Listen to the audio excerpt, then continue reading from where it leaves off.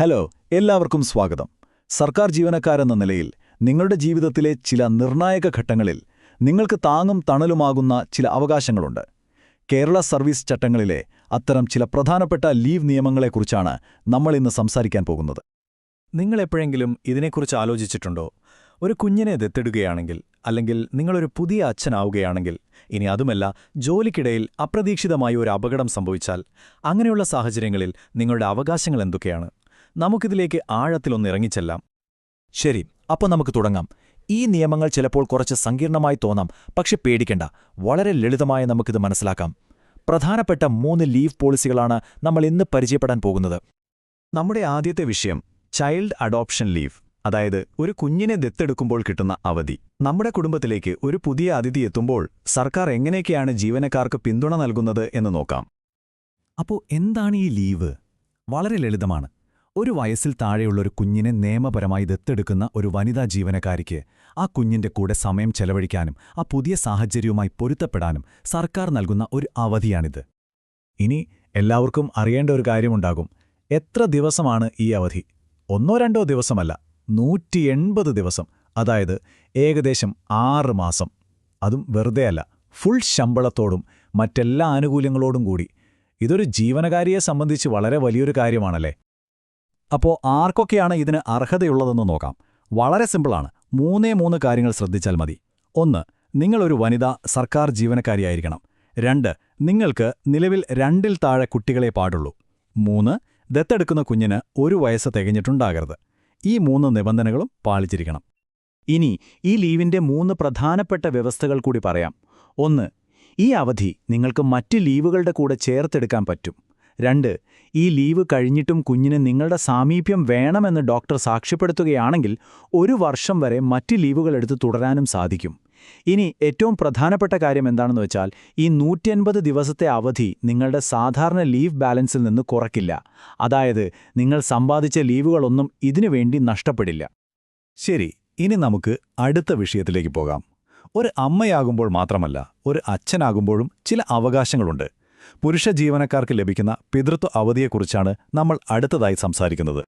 ഭാര്യയുടെ പ്രസവ സമയത്ത് ആ നിർണായക ഘട്ടത്തിൽ കൂടെ നിൽക്കാൻ വേണ്ടി പുരുഷ ജീവനക്കാർക്ക് നൽകുന്ന അവധിയാണിത്. ഒരു കാര്യം ശ്രദ്ധിക്കണം, ഒരു ജീവനക്കാരന് അദ്ദേഹത്തിന്റെ സർവീസ് കാലയളവിൽ 2 പ്രസവങ്ങൾക്കാണ് ഈ ആനുകൂല്യം ലഭിക്കുക. ഇവിടെ നിങ്ങൾക്ക് ലഭിക്കുന്നത് 10 ദിവസത്തെ അവധിയാണ്. ഒരു പുതിയ അച്ഛന് ആ സമയത്ത് കുടുംബത്തോടൊപ്പം നിൽക്കാൻ ഇത് വലിയൊരു സഹായമാണ്. നേരത്തെ പറഞ്ഞതുപോലെ തന്നെ ഇതും മുഴുവൻ ശമ്പളത്തോടും മറ്റ് ആനുകൂല്യങ്ങളോടും കൂടിയാണ് ലഭിക്കുന്നത്. ഇതിന്റെ നടപടിക്രമങ്ങൾ വളരെ എളുപ്പമാണ്. പ്രസവത്തിന് തൊട്ടുമുൻപോ അല്ലെങ്കിൽ പ്രസവം കഴിഞ്ഞ് 3 മാസത്തിനുള്ളിലോ നിങ്ങൾക്ക് ഈ ലീവ് എടുക്കാം. പ്രസവം നടന്നു എന്ന് തെളിയിക്കുന്ന ഒരു മെഡിക്കൽ സർട്ടിഫിക്കറ്റ് മാത്രം മതി. ഈ ലീവും മറ്റ് ലീവുകളുടെ കൂടെ ചേർത്തെടുക്കാം. പിന്നെ നേരത്തെ പറഞ്ഞ അതേ പോയിന്റ് ഇവിടെയുമുണ്ട്. ഈ 10 ദിവസത്തെ അവധി നിങ്ങളുടെ ലീവ് അക്കൗണ്ടിൽ നിന്ന് കുറയ്ക്കുകയില്ല. ഇതുവരെ നമ്മൾ സംസാരിച്ചത് കുടുംബവുമായി ബന്ധപ്പെട്ട കാര്യങ്ങളാണ്. ഇനി നമുക്ക് നേരെ ജോലിയുമായി ബന്ധപ്പെട്ട ഒരു സാഹചര്യത്തിലേക്ക് വരാം. ഔദ്യോഗിക കൃത്യനിർവഹണത്തിനിടയിൽ ഒരസുഖമോ പരിക്കോ പറ്റിയാൽ എന്തു ചെയ്യും? അപ്പോഴാണ് ഹോസ്പിറ്റൽ ലീവ് എന്ന ആശയം വരുന്നത്. ഇവിടെ ഏറ്റവും ശ്രദ്ധിക്കേണ്ട ഒരു വാക്കുണ്ട്, നേരിട്ട്.